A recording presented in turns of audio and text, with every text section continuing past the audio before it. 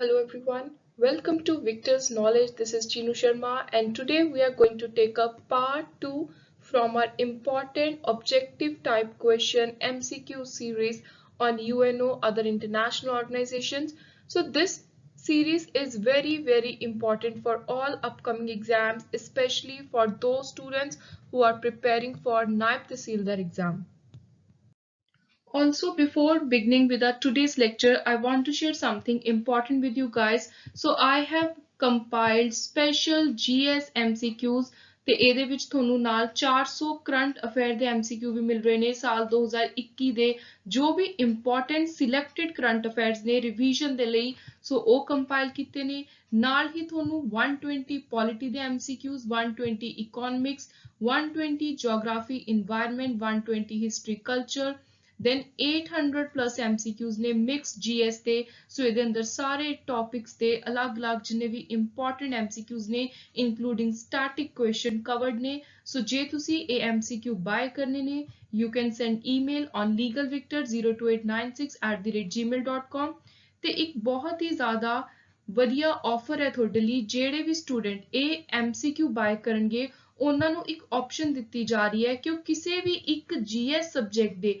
complete theory notes free avail ਕਰ ਸਕਦੇ ਨੇ so you can get free theory notes of any one GS subject of your choice with these 600 plus MCQs compilation so now ਹੁਣ ਆਪਾਂ start ਕਰਾਂਗੇ 83rd question ਤੋਂ ਕਿਉਂਕਿ ਜਿਹੜੇ 1 to 82 question ਸੀ ਉਹ ਆਪਾਂ ਨੇ ਪਾਰਟ 1 ਦੇ ਅੰਦਰ ਆਲਰੇਡੀ ਕਵਰ ਕਰ ਲਏ ਨੇ ਤੇ ਇਹ ਜਿਹੜੇ ਲੈਕਚਰਸ ਨੇ ਸਾਰੇ ਲੈਕਚਰਸ ਦੀ ਫ੍ਰੀ PDF मैं टेलीग्राम चैनल ਦੇ ਵਿੱਚ ਸ਼ੇਅਰ ਕਰ ਦਿੰਦੀ ਹਾਂ ਸੋ ਉੱਥੋਂ ਤੁਸੀਂ PDF ਵੀ ਲੈ ਸਕਦੇ ਹੋ ਤੇ ਇਹਦੀ ਰਿਵੀਜ਼ਨ ਕਰ ਸਕਦੇ ਹੋ ਸੋ 83rd ਕੁਐਸਚਨ ਹੈ ਇੰਟਰਨੈਸ਼ਨਲ ਫਾਈਨਾਂਸ ਕਾਰਪੋਰੇਸ਼ਨ ਕਿਸ ਦੇ ਨਾਲ ਐਫੀਲੀਏਟਡ ਹੈ ਰਿਲੇਟਡ ਹੈ ਸੋ IFC ਰਿਲੇਟਡ ਹੈ IBRD ਦੇ ਨਾਲ ਆਪਸ਼ਨ 2 UN ਐਮਬਲਮ ਯੂਨਾਈਟਿਡ ਨੇਸ਼ਨ ਦਾ ਜਿਹੜਾ ਐਮਬਲਮ ਹੈ ਇੱਕ ਚਿੰਨ੍ਹ ਹੈ ਉਹ ਕਿਸ ਤਰ੍ਹਾਂ ਦਾ ਹੈ ਸੋ ਉਹ ਹੈ ਵਾਈਟ ਸੈਂਟਰਡ ਤੇ ਇਹਦਾ ਜਿਹੜਾ ਗਰਾਊਂਡ ਹੈ ਬੈਕਗਰਾਊਂਡ ਬੇਸ ਕਲਰ ਹੈ ਉਹ ਹੈ ਲਾਈਟ ਬਲੂ ਆਪਸ਼ਨ 1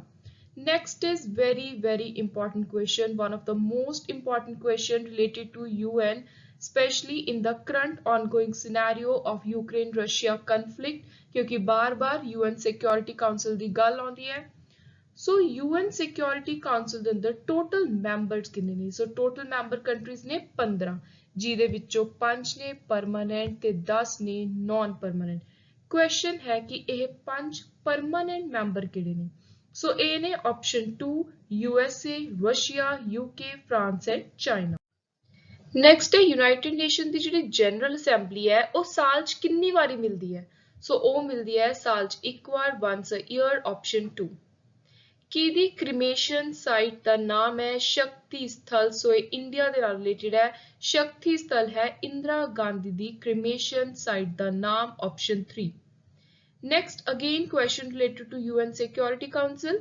ਇਹਨਾਂ ਚਾਰਾਂ ਦੇ ਵਿੱਚੋਂ ਪਰਮਾਨੈਂਟ ਮੈਂਬਰ ਕਿਹੜਾ ਨਹੀਂ ਹੈ ਸੋ ਉਹ ਹੈ Italy option 4 headquarters of United Nation Educational Scientific Cultural Organization UNESCO ਦੇ ਹੈਡਕੁਆਰਟਰ ਕਿੱਥੇ ਨੇ ਮੈਂ ਬਾਰ-ਬਾਰ ਇਹ ਕੁਐਸਚਨ ਰਿਪੀਟ ਕਰਦੀ ਹਾਂ ਜਿੰਨੀਆਂ ਵੀ ਇੰਪੋਰਟੈਂਟ ਇੰਟਰਨੈਸ਼ਨਲ ਆਰਗੇਨਾਈਜੇਸ਼ਨ ਨੇ ਉਹਨਾਂ ਦੇ ਹੈਡਕੁਆਰਟਰ ਤੇ ਉਹਨਾਂ ਦੇ ਕਰੰਟ ਜਿਹੜੇ ਹੈਡ ਨੇ ਜਾਂ ਫਿਰ ਕੋਈ ਲੋਗੋ ਮੋਟੋ ਇਹ ਚੀਜ਼ਾਂ ਨੇ ਕੋਈ ਟੈਗ ਲਾਈਨਸ ਨੇ ਉਹ ਤੁਹਾਨੂੰ ਜ਼ਰੂਰ ਪਤਾ ਹੋਣੇ ਚਾਹੀਦੇ ਨੇ ਸੋ ਯੂਨੈਸਕੋ ਦੇ ਹੈਡਕੁਆਰਟਰਸ ਨੇ Paris France option 1 league of nation ਕਦੋਂ ਤਿਆਰ ਕੀਤੀ ਗਈ ਸੀ league of nation the formation ਹੋਈ ਸੀ 10 ਜਨਵਰੀ 1920 ਆਪਸ਼ਨ 3 2 ਅਕਤੂਬਰ ਨੂੰ ਹਰ ਸਾਲ ਯੂਨਾਈਟਿਡ ਨੇਸ਼ਨ ਆਰਗੇਨਾਈਜੇਸ਼ਨ ਨੇ ਕਿਹੜਾ ਦਿਨ ਆਬਜ਼ਰਵ ਕਰਨ ਦਾ ਡੈਕਲੇਰੇਸ਼ਨ ਦਿੱਤੀ ਹੋਈ ਹੈ ਸੋ 2 ਅਕਤੂਬਰ ਜਿਸ ਦਿਨ ਮਹਾਤਮਾ ਗਾਂਧੀ ਦਾ ਜਨਮ ਦਿਵਸ ਹੁੰਦਾ ਹੈ ਉਹਨੂੰ ਹਰ ਸਾਲ ਨॉन ਵਾਇਲੈਂਸ ਡੇ ਦੇ ਤੌਰ ਤੇ ਮਨਾਇਆ ਜਾਂਦਾ ਹੈ option 1 this is again very important ਪਹਿਲੇ ਅਫਰੀਕਨ ਨੈਸ਼ਨਲ ਕੌਣ ਸੀ ਜਿਹੜੇ UN ਦੇ ਸੈਕਟਰੀ ਜਨਰਲ ਬਣੇ So first African national ਸੀ ਬਿਟਰਿਸ ਗਾਲੀ ਆਪਸ਼ਨ 2 ਯੂਨਾਈਟਿਡ ਨੇਸ਼ਨ ਦਾ ਕਿਹੜਾ ਆਰਗਨ ਹੈ ਜਿਹੜਾ ਹੁਣ ਕੰਮ ਨਹੀਂ ਕਰਦਾ ਸੀਜ਼ ਹੋ ਗਿਆ ਜਿਹਦਾ ਆਪਣਾ ਪਰਪਸ ਖਤਮ ਹੋ ਗਿਆ ਸੋ ਇਸੇ ਲਈ ਇਹਨੂੰ ਹੁਣ ਬੰਦ ਕਰਤਾ ਤੇ ਇਹ ਕੁਐਸਚਨ ਵੀ ਬਾਰ-ਬਾਰ ਐਗਜ਼ਾਮ ਵਿੱਚ ਰਿਪੀਟ ਹੁੰਦਾ ਹੈ ਸੋ ਉਹ ਹੈ ਟਰਸਟੀਸ਼ਿਪ ਕਾਉਂਸਲ ਆਪਸ਼ਨ 3 ਯੂਨਾਈਟਿਡ ਨੇਸ਼ਨ ਨੂੰ ਯੂਨੀਵਰਸਲ ਆਰਗੇਨਾਈਜੇਸ਼ਨ ਕਿਹਾ ਜਾਂਦਾ ਹੈ। ਕਿਹੜਾ ਇਹੋ ਜਿਹਾ ਇੰਪੋਰਟੈਂਟ ਆਰਗਨ ਹੈ ਯੂਨਾਈਟਿਡ ਨੇਸ਼ਨ ਦਾ ਜਿਹੜਾ ਇਸ ਚੀਜ਼ ਨੂੰ ਸਹੀ ਦਰਸਾਉਂਦਾ ਹੈ, ਰੈਪਰੈਜ਼ੈਂਟ ਕਰਦਾ, ਜਿਹੜਾ ਯੂਨੀਵਰਸਲ ਆਰਗੇਨਾਈਜੇਸ਼ਨ ਦੇ ਤੌਰ ਤੇ ਕੰਮ ਕਰਦਾ ਹੈ? ਸੋ ਉਹ ਹੈ UN ਜਨਰਲ ਅਸੈਂਬਲੀ, ਆਪਸ਼ਨ 4। ਕਿਹੜੀ ਰੀਜਨਲ ਆਰਗੇਨਾਈਜੇਸ਼ਨ ਹੈ ਜਿਹਦੇ ਅੰਦਰ ਮੋਸਟ ਡਿਵੈਲਪਡ ਇੰਸਟੀਟਿਊਸ਼ਨਸ ਨੇ? ਸੋ ਉਹ ਹੈ European union, option A। Next is group of 8 ਦੀ ਕਿਹੜੀ ਕੰਟਰੀ ਇਹਨਾਂ ਦੇ ਵਿੱਚੋਂ ਮੈਂਬਰ ਨਹੀਂ ਹੈ? G8 ਦੀ ਮੈਂਬਰ ਨਹੀਂ ਹੈ China, option B। Next is ਇਹਨਾਂ ਚਾਰਾਂ ਦੇ ਵਿੱਚੋਂ ਯੂਨਾਈਟਿਡ ਨੇਸ਼ਨ ਦੀ ਕਿਹੜੀ ਏਜੰਸੀ ਨਹੀਂ ਹੈ? ਇਹ ਏਜੰਸੀ ਹੋ ਗਿਆ, ਆਰਗਨ ਹੋ ਗਿਆ, ਇਹ ਬਾਰ-ਬਾਰ ਰਿਪੀਟ ਹੋਣ ਵਾਲੇ ਕੁਐਸਚਨ ਨੇ। ਸੋ UN ਦੀ ਏਜੰਸੀ ਜੋ ਨਹੀਂ ਹੈ ਉਹ ਹੈ option A, International Committee of Red Cross. Leaders of 25 Asian and African countries 1955 ਵਿੱਚ ਕਿਹੜੀ ਕਾਨਫਰੰਸ ਵਿੱਚ ਮਿਲੇ ਸੀ? ਸੋ ਉਹ ਕਾਨਫਰੰਸ ਸੀ ਬੈਂਡਿੰਗ ਕਾਨਫਰੰਸ, ਆਪਸ਼ਨ A। ਇੱਕ ਭਾਰਤੀ ਜਿਹੜੇ ICG ਦੇ ਪ੍ਰੈਜ਼ੀਡੈਂਟ ਬਣੇ ਸੀ, ਇੰਟਰਨੈਸ਼ਨਲ ਕੋਰਟ ਆਫ ਜਸਟਿਸ, ਇੱਥੇ ਕਿੱਥੇ ਹੈ? Hague, Netherland. ਸੋ ਉਹ ਸੀ doctor Nagendra Singh. So doctor Nagendra Singh Indian ਜੋ ਪ੍ਰੈਜ਼ੀਡੈਂਟ ਬਣੇ ਸੀ ICG ਦੇ। Creation of OIC was the natural and unified response of Muslims ਕਿਸ ਚੀਜ਼ ਤੇ ਅਗੇਂਸਟ ਰਿਸਪੌਂਸ ਆਇਆ ਸੀ ਜਿਹਦੇ ਤੋਂ ਬਾਅਦ OIC ਦੀ ਕ੍ਰੀਏਸ਼ਨ ਹੋਈ ਸੀ? ਸੋ ਉਹ ਸੀ ਇਜ਼ਰਾਈਲੀ ਅਗਰੈਸ਼ਨ ਦੇ against response Muslims the, option A। Next ਹੈ ਕੌਮ ਕੈਸਾ, ਜਿਹੜਾ ਰੀਸੈਂਟਲੀ ਨਿਊਜ਼ ਵਿੱਚ ਵੀ ਸੀ ਕਾਫੀ ਜ਼ਿਆਦਾ, ਕਿਸ ਚੀਜ਼ ਨਾਲ ਰਿਲੇਟਡ ਹੈ? Communication compatibility and security agreement, this is related to America, option A, USA। Next ਹੈ ਬਿਮਸਟੈਕ। ਬਿਮਸਟੈਕ ਹੋ ਗਿਆ, ਸਾਰਕ, ਏਸ਼ੀਅਨ, ਇਹ ਕੁਝ ਇਹੋ ਜਿਹੇ ਬੇਸਿਕ ਕੁਐਸਚਨ ਨੇ ਜਿਹੜੇ PPSC ਦੇ ਵਿੱਚ ਜ਼ਰੂਰ ਇਸ ਤਰ੍ਹਾਂ ਦੇ ਕੁਐਸਚਨ ਪੁੱਛੇ ਜਾਂਦੇ ਨੇ, ਸਟੇਟਮੈਂਟ ਬੇਸਡ ਕੁਐਸਚਨ ਦੀ ਫਾਰਮ ਵਿੱਚ ਹੀ ਆਉਂਦੇ ਨੇ। ਸੋ 3 ਸਟੇਟਮੈਂਟ ਨੇ ਬਿਮਸਟੈਕ ਦੇ ਨਾਲ ਰਿਲੇਟਡ, ਆਪਾਂ ਨੇ ਦੱਸਣਾ ਹੈ ਕਿਹੜੀ ਸਟੇਟਮੈਂਟ ਕਰੈਕਟ ਹੈ। ਸੋ ਇਹਨਾਂ ਵਿੱਚੋਂ ਸਹੀ ਸਟੇਟਮੈਂਟ ਹੈ ਫਰਸਟ ਤੇ ਥਰਡ। ਸੋ ਰਾਈਟ ਆਂਸਰ ਉਰੇ ਹੋ ਗਿਆ ਆਪਸ਼ਨ B। ਸੈਕਿੰਡ ਸਟੇਟਮੈਂਟ ਗਲਤ ਹੈ ਕਿਉਂਕਿ ਉਰੇ ਇੰਡੋਨੇਸ਼ੀਆ ਮੈਂਬਰ ਸਟੇਟ ਨਹੀਂ ਹੈ। With reference to Financial Action Task Force FATF, ਕਿਹੜੀ ਸਟੇਟਮੈਂਟ ਸਹੀ ਹੈ? ਸੋ ਇਹ ਦੋਨੋਂ ਸਟੇਟਮੈਂਟ ਹੀ ਗਲਤ ਨੇ ਤੇ ਇਸ ਕੁਐਸਚਨ ਦਾ right answer option D, neither 1 nor 2। India ਇਹਦਾ ਫੁੱਲ ਮੈਂਬਰ ਹੈ। ਜਿੰਨੇ ਵੀ ਪਰਮਾਨੈਂਟ ਮੈਂਬਰ ਨੇ ਯੂਨਾਈਟਿਡ ਨੇਸ਼ਨ ਸਿਕਿਉਰਿਟੀ ਕਾਉਂਸਲ ਦੇ ਇਨਕਲੂਡਿੰਗ ਚਾਈਨਾ, ਸਾਰੇ ਮੈਂਬਰ ਨੇ FATF ਦੇ। ਸੋ ਉਰੇ ਐਕਸੈਪਟ ਚਾਈਨਾ ਲਿਖਿਆ ਹੈ, ਇਹ ਸਟੇਟਮੈਂਟ ਗਲਤ ਹੈ। ਸੋ ਇਹ ਦੋਨੋਂ ਸਟੇਟਮੈਂਟ ਹੀ ਗਲਤ ਨੇ। ਸੋ ਆਪਸ਼ਨ D ਇਹਦਾ ਰਾਈਟ ਆਂਸਰ ਹੈ। ਐਕਸਰਸਾਈਜ਼ ਖੰਜਰ ਕਿਹੜੇ ਦੋ ਦੇਸ਼ਾਂ ਦਾ ਜੁਆਇੰਟ ਇਕੱਠਾ ਮਿਲਟਰੀ ਐਕਸਰਸਾਈਜ਼ ਹੈ? ਜਿੰਨੀਆਂ ਵੀ ਮਿਲਟਰੀ ਐਕਸਰਸਾਈਜ਼ ਨੇ, ਨੇਵਲ ਐਕਸਰਸਾਈਜ਼ ਨੇ, ਸਾਰੀਆਂ ਤੁਸੀਂ ਐਗਜ਼ਾਮ ਦੇ ਲਈ ਜ਼ਰੂਰ ਤਿਆਰ ਕਰਕੇ ਜਾਣੀਆਂ ਨੇ ਕਿਉਂਕਿ ਇਹ ਕੁਝ ਇਹੋ ਜਿਹੇ ਕੁਐਸਚਨ ਨੇ ਜਿਹੜੇ ਹਰ ਐਗਜ਼ਾਮ 'ਚ ਰਿਪੀਟ ਹੁੰਦੇ ਨੇ। ਸੋ ਇਹਨਾਂ ਨੂੰ ਆਪਾਂ ਬਿਲਕੁਲ ਵੀ ਮਿਸ ਨਹੀਂ ਕਰ ਸਕਦੇ ਤੇ ਇਹ ਕਰੰਟ ਅਫੇਅਰ ਬੇਸਡ ਕੁਐਸਚਨ ਹੈ। ਐਕਸਰਸਾਈਜ਼ ਖੰਜਰ ਹੁੰਦੀ ਹੈ ਇੰਡੀਆ ਤੇ ਕਿਰਗਿਸਤਾਨ ਦੇ ਵਿਚਕਾਰ। ਨੈਕਸਟ ਹੈ SCO ਦੇ ਨਾਲ ਰਿਲੇਟਡ, ਸ਼ੰਘਾਈ ਕੋਆਪਰੇਸ਼ਨ ਆਰਗੇਨਾਈਜੇਸ਼ਨ। ਸੋ ਫਰਸਟ ਸਟੇਟਮੈਂਟ ਹੈ ਕਿ ਇਹ ਜੀ ਇੰਟਰ ਗਵਰਨਮੈਂਟਲ ਆਰਗੇਨਾਈਜੇਸ਼ਨ ਹੈ ਜਿਹਦੇ ਵਿੱਚ ਪ੍ਰਮੋਟ ਕੀਤੇ ਜਾਂਦੇ ਆ ਟ੍ਰੇਡ, ਪੋਲਿਟਿਕਸ, ਕਲਚਰ। ਦੂਜੀ ਸਟੇਟਮੈਂਟ ਹੈ ਜਿਹੜਾ SCO ਦਾ ਐਂਟੀ ਟੈਰਰਿਸਟ ਸਟਰਕਚਰ ਹੈ ਉਹ ਬੀਜ਼ਿੰਗ ਵਿੱਚ ਲੋਕੇਟਡ ਹੈ। ਸੋ ਇਹ ਗਲਤ ਹੈ, ਸਿਰਫ ਪਹਿਲੀ ਸਟੇਟਮੈਂਟ ਸਹੀ ਹੈ ਤੇ ਇਸ ਕੁਐਸਚਨ ਦਾ ਰਾਈਟ ਆਂਸਰ ਹੈ ਆਪਸ਼ਨ 1, 1 ਓਨਲੀ।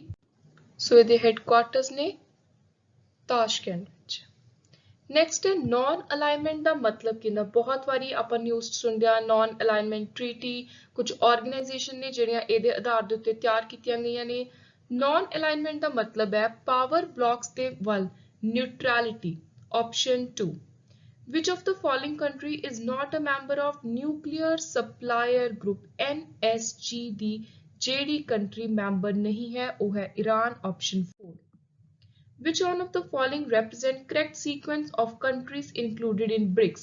BRICS ਦੇ ਵਿੱਚ ਆਪਾਂ sequence wise ਗੱਲ ਕਰੀਏ ਤਾਂ ਸਹੀ ਰਹੂਗਾ option 2। B stands for Brazil, R Russia, I India, C China and S stands for South Africa. This is very important and most repetitive question. Which of the following organization is directly related to child welfare? ਬੱਚਿਆਂ ਦੇ welfare ਦੇ ਨਾਲ related ਹੈ UNICEF, option 2। ਕਿਹੜੀ international agency ਹੈ ਜਿਹੜੀ ਵਾਤਾਵਰਣ ਨੂੰ ਪ੍ਰੋਟੈਕਟ ਕਰਨ ਦੇ ਲਈ ਕੰਮ ਕਰ ਰਹੀ ਹੈ? ਸੋ ਉਹ ਹੈ ਗ੍ਰੀਨਪੀਸ, ਆਪਸ਼ਨ 3। यूनाइटेड नेशन ने अडाप्ट किया एक चार्टर इकनॉमिक राइट्स का किहड़े साल विच? सो वो है 1974 ऑप्शन बी। G15 किहड़ियां कंट्रीज का ग्रुप है? सो ए है डेवलपिंग कंट्रीज का ग्रुप। इंडिया दी रेड क्रॉस सोसाइटी किहड़े साल एस्टैब्लिश हुई? So answer is option B 1920। Next is SAARC दी फाउंडेशन कित्थे हुई सी? सो वो है Dhaka Bangladesh option C. UNHCR दे हेडक्वार्टर्स कित्थे ने? So they are located in Geneva option C. United Nation Organization दे पहले जनरल सेक्रेटरी कौन सी? So the right answer is option C Trygve Lie. Amnesty International ये बहुत बारी क्वेश्चन पूछा जाता है। एमनेस्टी इंटरनेशनल दे हेडक्वार्टर्स ने लंडन ऑप्शन डी। यूनेस्को दी वर्किंग लैंग्वेज की है जिहदे चों काम करदे ने अपना मेन जिहड़ा सारा काम है ओदी भाषा है इंग्लिश ते फ्रेंच ऑप्शन सी। सो तुसी ध्यान च रखना है कि उरे वर्किंग लैंग्वेज पूछी हुई है काम करन दी लैंग्वेज। नेक्स्ट है केड़ी पहली कंट्री सी जिन्हें सेंटो तो विड्रॉ किया जिन्हें अपनी मैंबरशिप वापस ले ली सी? सो ओ सी Iraq option A. Economic and Social Commission for Asia and Pacific कित्थे located है? So ESCAP is located in Bangkok option D. Next is very important question ये इस टाइम करंट अफेयर विच भी है। केड़ी इंटरनेशनल ऑर्गेनाइजेशन है जिन्हें अपने ग्रुप ऑफ नेशन दे लिए एक स्कीम की शुरुआत की सी ते उस स्कीम का नाम सी पार्टनरशिप फॉर पीस? सो ए सी नाटो दी scheme option C North Atlantic Treaty Organization।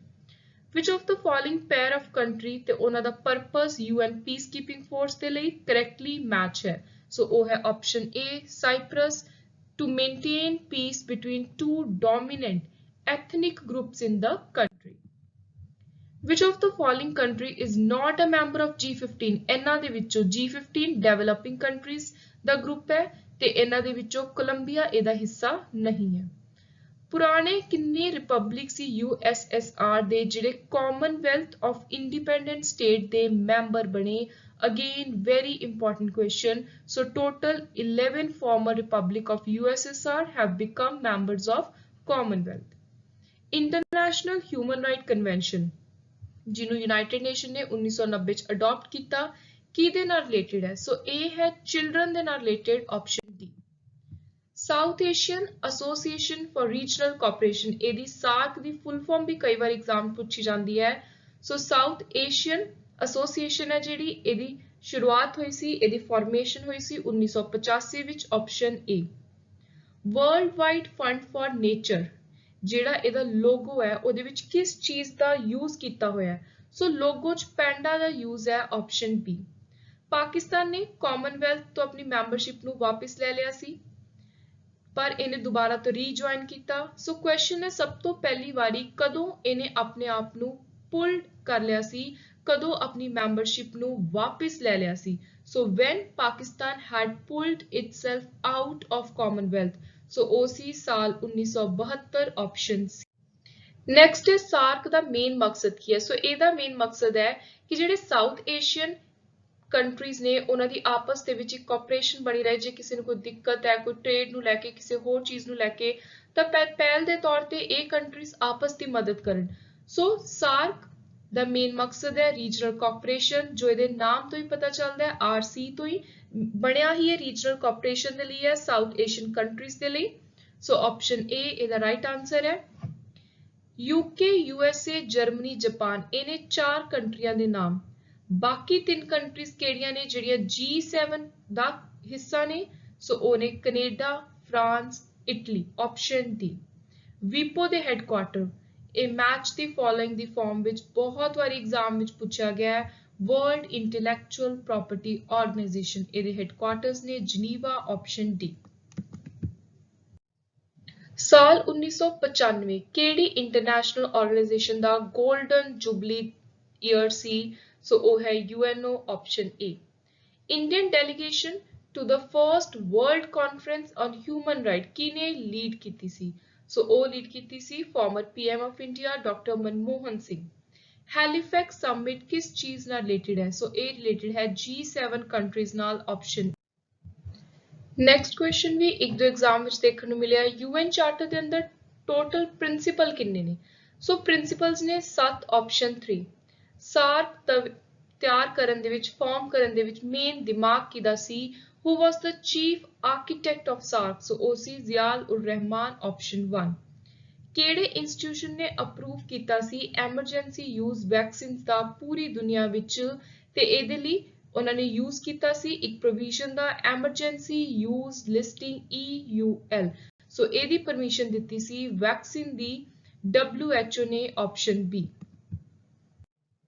World wildlife fund ਦੀ ਫਾਊਂਡੇਸ਼ਨ ਕਦੋਂ ਹੋਈ ਸੋ ਇਹਦੇ ਨਾਲ ਰਿਲੇਟਡ ਆਪਾਂ ਨੇ ਪਿੱਛੇ ਦੇਖਿਆ ਸੀ ਕਿ ਇਹਦੇ ਅੰਦਰ ਜਿਹੜਾ ਮੇਨ ਇੱਕ ਲੋਗੋ ਹੁੰਦਾ ਉਹ ਚ ਪੈਂਡਾ ਹੁੰਦਾ ਹੈ ਸੋ ਇਹਦੀ ਫਾਰਮੇਸ਼ਨ ਹੋਈ 1961 ਆਪਸ਼ਨ 4 ਟਰਮ ਯੂਨਾਈਟਿਡ ਨੇਸ਼ਨ ਕਿਹਨੇ ਕੁਆਇਨ ਕੀਤਾ ਸੀ ਇਹ ਕੁਐਸਚਨ ਆਲਰੇਡੀ PPSC ਦੇ ਐਗਜ਼ਾਮ ਵਿੱਚ ਆ ਚੁੱਕਿਆ ਹੈ this is very important question United nation coin ਕੀਤਾ ਸੀ ਇਹ ਪਾਰਟਿਕੂਲਰ ਟਰਮ ਰੂਜ਼ਵੈਲਟ ਨੇ ਆਪਸ਼ਨ 1 IMF ਦੀ ਫੁੱਲ ਫਾਰਮ ਕੀ ਹੈ IMF stands for International Monetary Fund world economic outlook report ਕੌਣ ਪਬਲਿਸ਼ ਕਰਦਾ ਹੈ ਇਹ ਵੀ ਕੁਐਸਚਨ ਬਹੁਤ ਵਾਰ ਐਗਜ਼ਾਮ ਚ ਰਿਪੀਟ ਹੁੰਦਾ ਹੈ ਸੋ ਇਹਨੂੰ ਪਬਲਿਸ਼ ਕਰਦੀ ਹੈ IMF ਆਪਸ਼ਨ 1 GATT ਦੀ ਫੁੱਲ ਫਾਰਮ ਕੀ ਹੈ GATT ਜਿਹਨੂੰ ਹੁਣ WTO ਵਰਲਡ ਟ੍ਰੇਡ ਆਰਗੇਨਾਈਜੇਸ਼ਨ ਨੇ ਰਿਪਲੇਸ ਕਰਤਾ 1995 ਤੋਂ ਬਾਅਦ ਇਹਦੀ ਰਾਈਟ ਐਕਸਪੈਂਸ਼ਨ ਹੈ General Agreement on Trade and Tariff next ਹੈ ਇਹਨਾਂ ਚਾਰਾਂ ਦੇ ਵਿੱਚੋਂ ਯੂਨਾਈਟਿਡ ਨੇਸ਼ਨ ਆਰਗੇਨਾਈਜੇਸ਼ਨ ਦਾ ਚੀਫ ਆਰਗਨ ਕਿਹੜਾ ਨਹੀਂ ਹੈ ਸੋ ਤੁਸੀਂ ਧਿਆਨ ਚ ਰੱਖਣਾ ਹੈ ਉੱਥੇ ਤੁਹਾਨੂੰ ਸਪੈਸ਼ਲਾਈਜ਼ ਏਜੰਸੀ ਪੁੱਛੀ ਹੈ ਆਰਗਨ ਪੁੱਛਿਆ ਹੈ ਸੋ ਉਹ ਹੈ ILO international labour organisation option 1 which of these organization has been awarded ਇਹਨਾਂ ਚੋਂ ਕਿਹੜੀ ਆਰਗੇਨਾਈਜੇਸ਼ਨ ਨੂੰ ਨੋਬਲ ਪੀਸ ਪ੍ਰਾਈਜ਼ ਮਿਲਿਆ ਹੋਇਆ ਹੈ 3 ਵਾਰੀ ਸੋ ਉਹ ਹੈ international Committee of Red cross red list threatened species the endangered the vulnerable species ਦੀ ਕੌਣ ਪਬਲਿਸ਼ ਕਰਦਾ ਹੈ ਸੋ ਉਹ ਹੈ IUCN option 3 very important and basic question which of these organization release ਕਿਹੜੀ organization ਇਹਨਾਂ ਚੋਂ ਰਿਲੀਜ਼ ਕਰਦੀ ਹੈ annual corruption perception index ranking ਜੋ ਕਰਪਸ਼ਨ ਦੇ ਆਧਾਰ ਉੱਤੇ ਕੰਟਰੀਜ਼ ਨੂੰ ਅਲੱਗ-ਅਲੱਗ ਲੈਵਲਸ ਉੱਤੇ ਰੱਖਦੀ ਹੈ ਇਹ ਵੀ ਕੁਐਸਚਨ ਬਾਰ-ਬਾਰ ਰਿਪੀਟ ਹੁੰਦਾ ਤੇ ਇਹਦਾ ਜਿਹੜਾ ਕਰੰਟ ਰੈਂਕ ਹੈ ਉਹ ਵੀ ਤੁਸੀਂ ਐਗਜ਼ਾਮ ਲਈ ਤਿਆਰ ਕਰਕੇ ਜਾਣਾ ਸੋ ਉਹ ਆਰਗੇਨਾਈਜੇਸ਼ਨ ਜਿਹੜੀ annual corruption perception index ranking release ਕਰਦੀ ਹੈ ਉਹ ਹੈ transparency international option 1 Who was the Prime Minister of India ਜਦੋਂ SARC ਐਸਟੈਬਲਿਸ਼ ਕੀਤਾ ਗਿਆ ਸੋ ਉਦੋਂ ਪ੍ਰਾਈਮ ਮਿਨਿਸਟਰ ਸੀ ਰਾਜੀਵ ਗਾਂਧੀ ਆਪਸ਼ਨ 1 ਕਿਹੜੇ ਦੋ ਸਾਊਥ ਅਮਰੀਕਨ ਕੰਟਰੀਜ਼ ਨੇ ਜਿਹੜੀਆਂ OPEC ਦਾ ਪਾਰਟ ਨੇ organisation of petroleum exporting country ਸੋ ਉਹ ਨੇ ਇਕੁਏਡਰ ਐਂਡ ਵੈਨੀਜ਼ੁਏਲਾ ਆਪਸ਼ਨ 3 ਕਿਹੜੀਆਂ ਆਰਗੇਨਾਈਜੇਸ਼ਨ ਨੇ ਜਿਹੜੀਆਂ ਕ੍ਰਿਸਟਲ ਅਵਾਰਡ ਦਿੰਦੀਆਂ ਨੇ ਆਰਟਿਸਟ ਨੂੰ ਸੋ ਉਹ ਹੈ world economic forum option 1 150th question ਕਿਹੜੇ 3 ਦੇਸ਼ ਨੇ ਜਿਨ੍ਹਾਂ ਨੇ ਸਾਈਨ ਕੀਤੀ ਸੀ ਇੱਕ ਟ੍ਰੀਟੀ ਇਕਨੋਮਿਕ ਯੂਨੀਅਨ ਐਸਟੈਬਲਿਸ਼ ਕਰਨ ਦੇ ਲਈ ਤੇ ਉਹਦਾ ਨਾਮ ਰੱਖਿਆ ਸੀ Eurasian Economic Union by 2015 ਸੋ ਉਹ 3 ਨੇਸ਼ਨ ਨੇ ਜਿਨ੍ਹਾਂ ਨੇ ਟ੍ਰੀਟੀ ਨੂੰ ਸਾਈਨ ਕੀਤਾ ਆਪਸ਼ਨ 3 ਰਸ਼ੀਆ ਬੇਲਾਰਸ ਕਜ਼ਾਕਿਸਤਾਨ ਤੇ ਅੱਜ ਦਾ ਆਪਣਾ ਇਸ ਪਾਰਟ 2 ਇੰਪੋਰਟੈਂਟ ਸੀਰੀਜ਼ ਦਾ ਲਾਸਟ ਕੁਐਸਚਨ ਹੈ ਕਿਹੜਾ ਅਫਰੀਕਨ ਨੇਸ਼ਨ ਹੈ ਜਿਹੜਾ ਅਫਰੀਕਨ ਯੂਨੀਅਨ ਦਾ ਪਾਰਟ ਮੈਂਬਰ ਨਹੀਂ ਹੈ ਸੋ ਉਹ ਹੈ Morocco option 2 So this was all about today's lecture. I hope you liked the video. Please do subscribe to my channel, comment, share it with your friends and family. Thank you and good luck.